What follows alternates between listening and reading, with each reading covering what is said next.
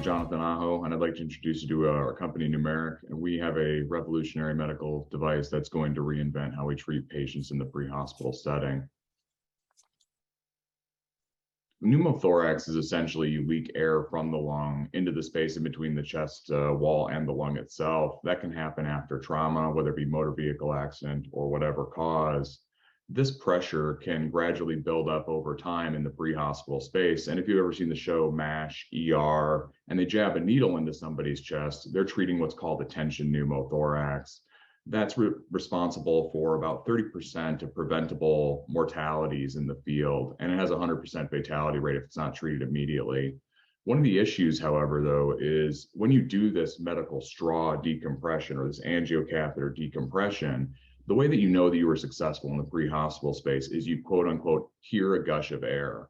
That's the standard in 2022 for both the military and the civilian populations, is that you're listening for a gush of air in a battlefield, an ambulance, a helicopter, and the procedure fails pretty consistently. And you end up like this gentleman where they keep repeating the procedure over and over until they think they get it right. We want to remove guessing. We don't want to have a subjective standard. We want to make this objective.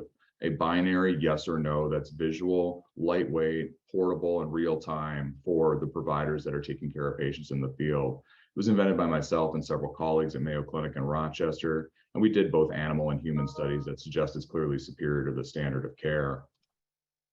The technology is very straightforward. Just like your can of Coca-Cola has CO2 in it, air in a pneumothorax has CO2 in it. It came from your lung. That makes the gas acidic relative to the atmosphere around you. And basically by using pH paper strips, it's a little more complicated than that, but pH paper indicator, you can tell whether or not you got CO2 or you have room air, and you know that you were therapeutic with your procedure or not.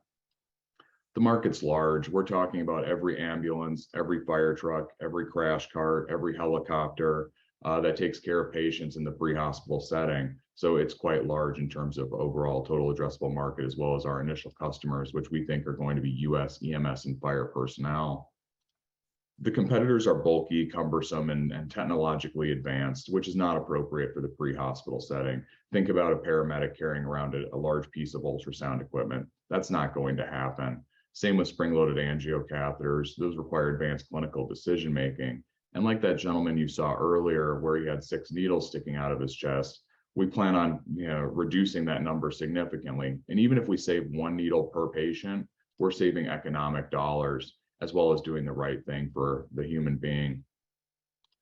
We have 2 issued US utility patents that are held with Mayo Clinic. We have exclusive licenses for those patents, as well as a PCT that covers all PCT participating countries, and a US provisional that's held in Pneumeric's name.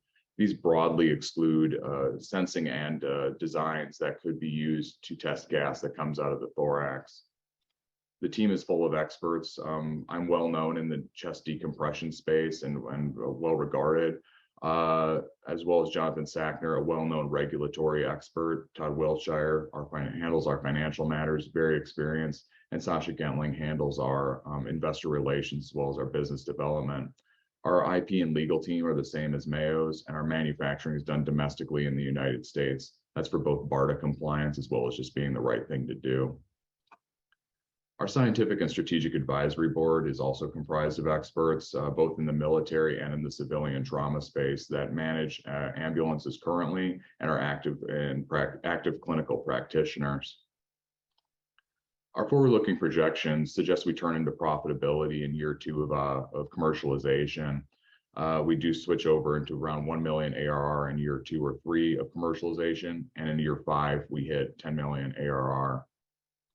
We're raising money via convertible notes. We're about halfway closed on the seed round currently that will get us through the initial manufacturing and regulatory clearance and allow us to commercially sell the product. I'd be happy to take any questions in the breakout room. Thank you so much for your time.